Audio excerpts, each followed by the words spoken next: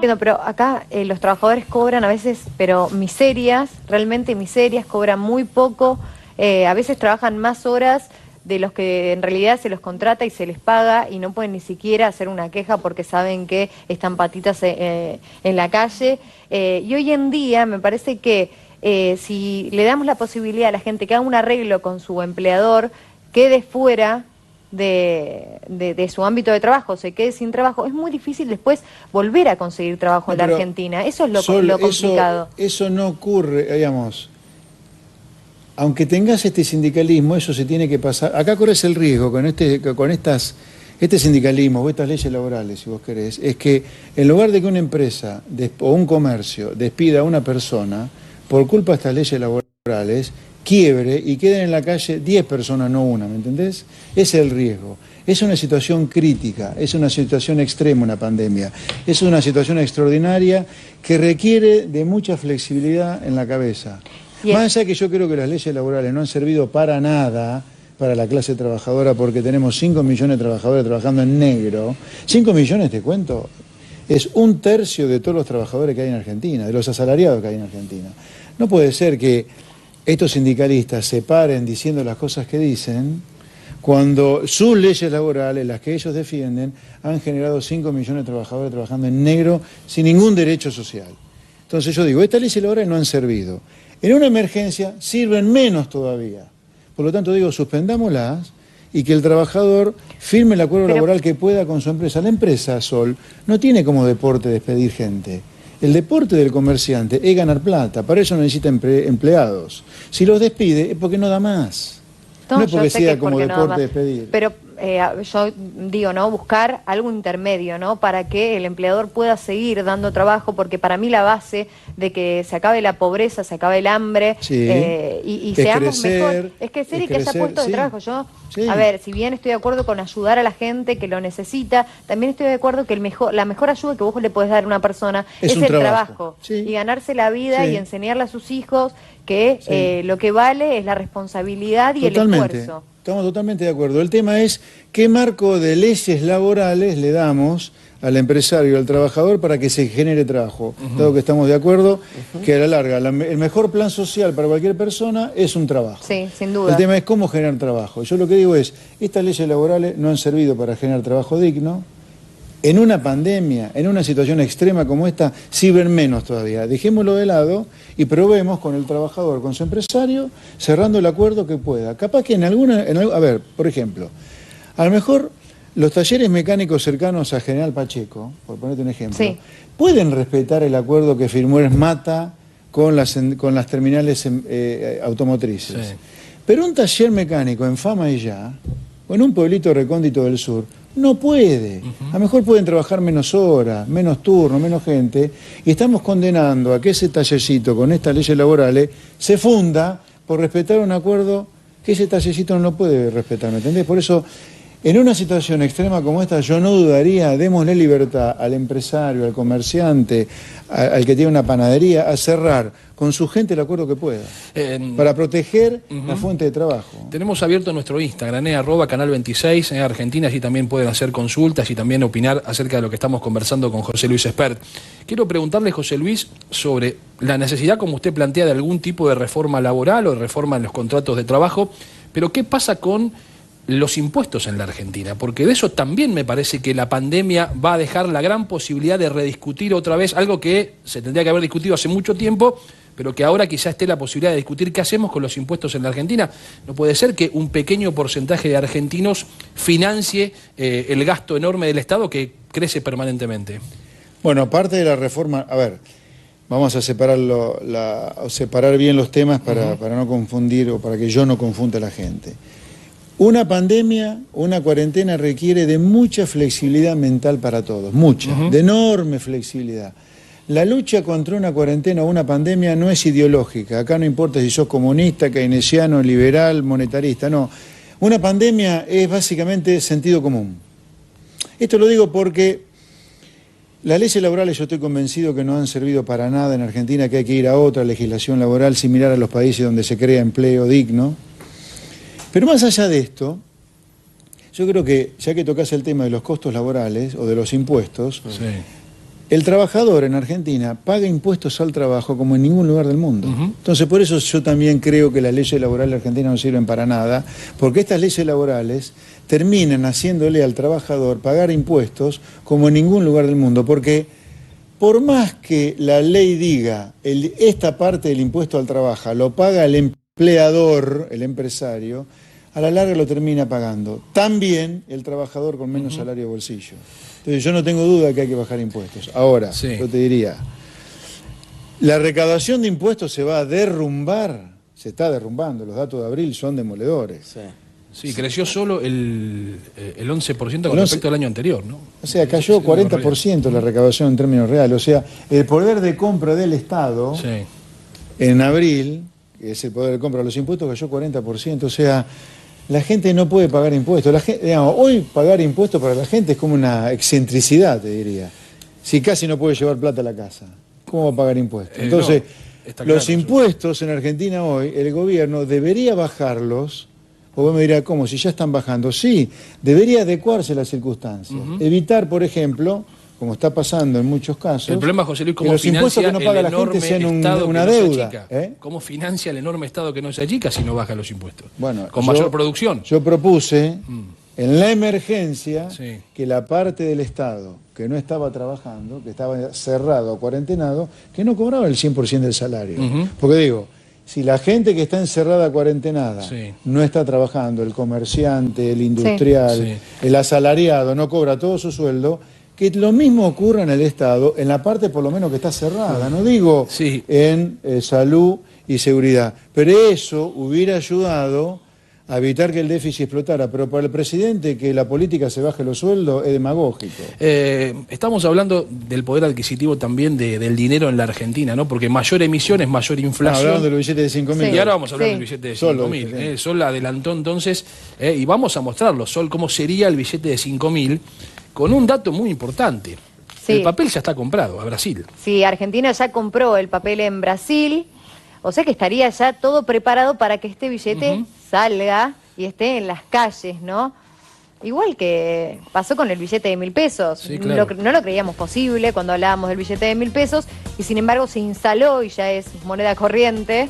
Sí, aquí estamos haciendo una aproximación a lo que podría ser el billete de 5.000 pesos, ¿no? A ver, el papel está ya comprado, esto es información, ya se habría comprado el papel entonces en Brasil, ese papel ya tiene consigo mismo la banda de seguridad. Exactamente, y apenas llega a la Argentina, apenas esa compra de papel llega a la Argentina, vamos a empezar a ver en breve este billete con esta denominación. ¿Esto significaría que en realidad nuestra plata vale cada vez menos? Por supuesto, claro. Es así, José Luis. Vamos a tener que imprimir billete de mayor denominación. Bueno, sí.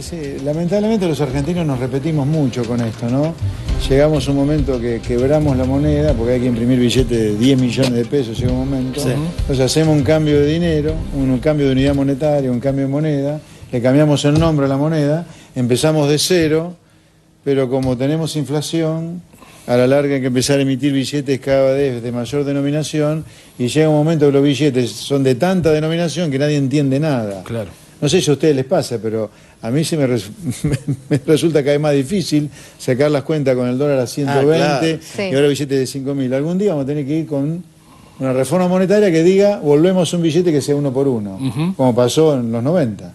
En el año 92 fuimos a 1 por 1. ¿Te cree que hay camino posible para volver a una convertibilidad o dolarizar de hecho la economía? Yo leía en estos días algunas discusiones, en su momento lo volvió a plantear el exministro Cavallo, también leía una nota hace unos días de Ramiro Marra, un economista muy joven que planteaba algo similar. ¿Te cree que hay posibilidades de avanzar en alguna idea de esas características?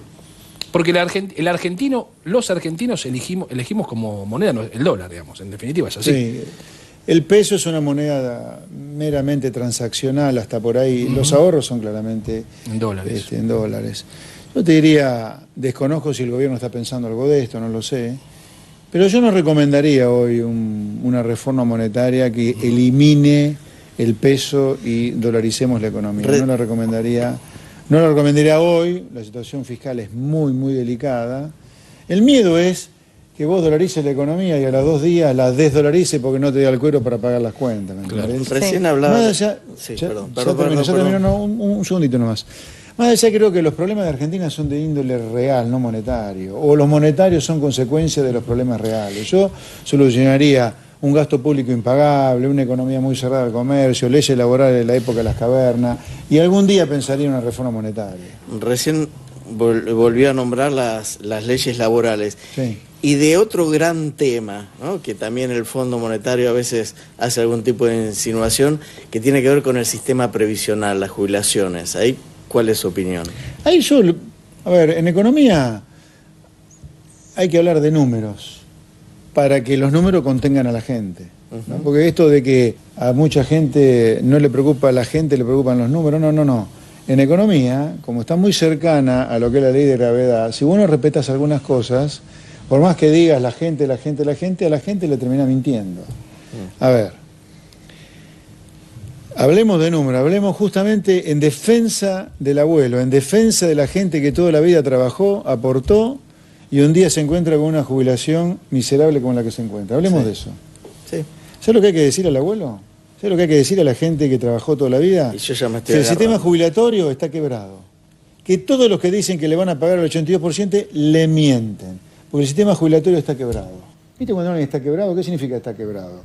Que tiene que pagar 100 y recauda 20 para pagar 100. Entonces acá nadie blanquea esto y dice, bueno, ¿vamos a pagar el 82% en serio o no? Porque al abuelo hoy le dicen, yo te pago el 82%. Viene el político de turno con su saquito, a veces sin corbata si son chetos, y a veces con corbata si no son tan chetos para aparentar una cosa que no son.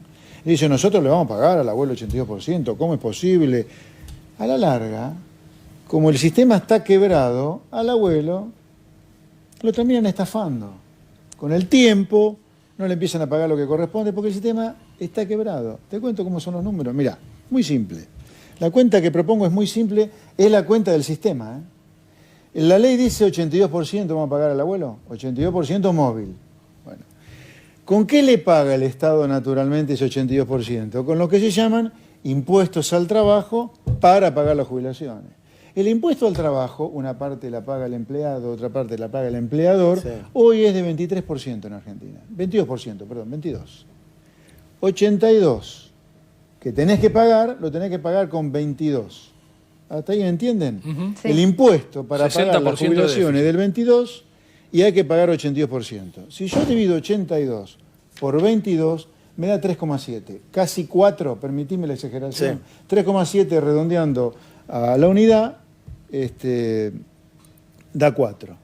¿Sabés cuál es el número 4 ese? Que por cada jubilado, para pagar el 82%, se necesitan 4 trabajadores que estén aportando. ¿Está claro? 82 dividido 22 da casi 4. 4 significa que se necesitan 4 activos por cada jubilado. ¿Sabes cuántos activos que pagan el impuesto del 22% hay en el sistema? La mitad. Entonces el sistema no tiene cómo pagarle al abuelo el 82% a la larga. Ahora, el Estado... Entonces blanquémoslo, un segundito, ya termino. Sí. Blanquémoslo y digámosle al abuelo, hasta que no hagamos una reforma que diga, o se le paga 82 con estos impuestos además de todo lo que ya viene, o se le paga menos.